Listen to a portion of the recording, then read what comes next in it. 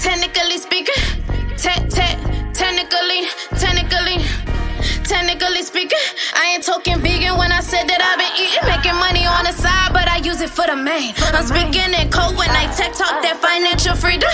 Have a seat cause you gon' wanna sit up at my table, yeah. Plugged in that it, girl, IT with the cables, yeah. Network engineering is for you, it ain't no labels, yeah. Shaky with my passion, took a leap, it got me stable, yeah. Now I make 100K or better, paper couldn't fit a stapler, and I spend it on my passion cause I'm capable.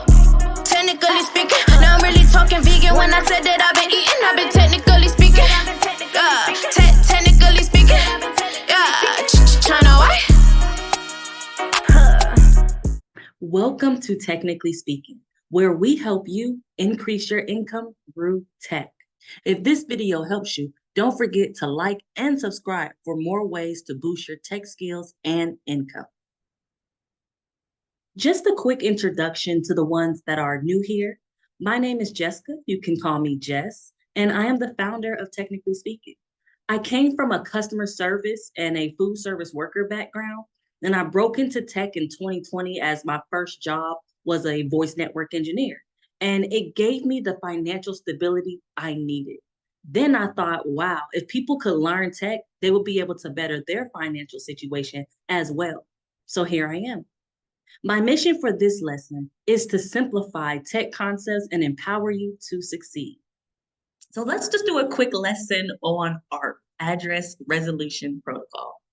ARP stands for Address Resolution Protocol, and it is a fundamental process used in computer networks to map a device's IP address, their logical address, to its MAC address, which is their physical address.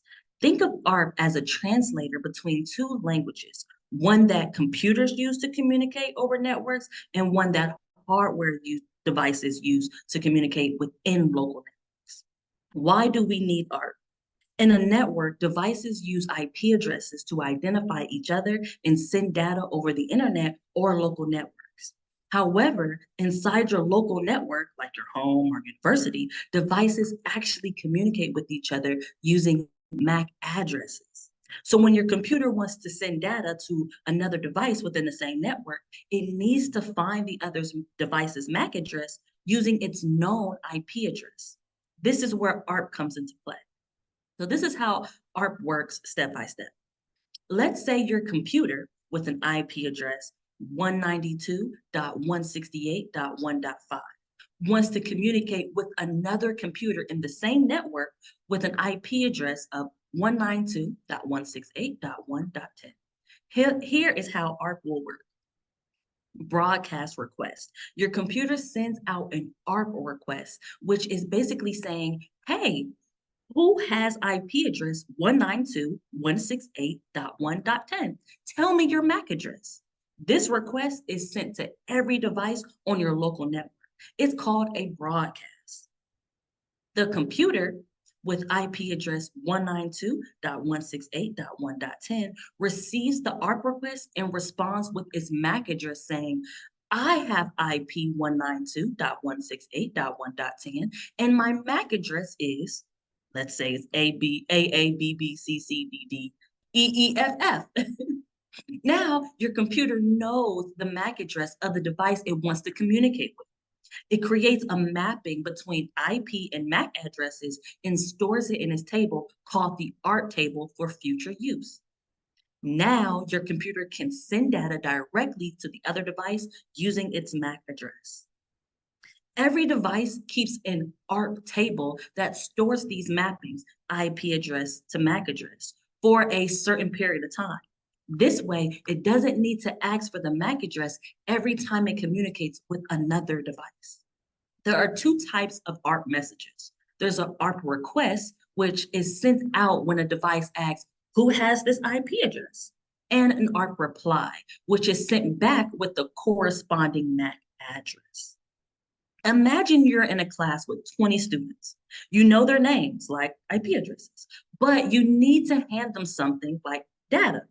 To do that, you need to know exactly who they are, their physical location, or MAC address. So you stand up and ask, who is the student's name?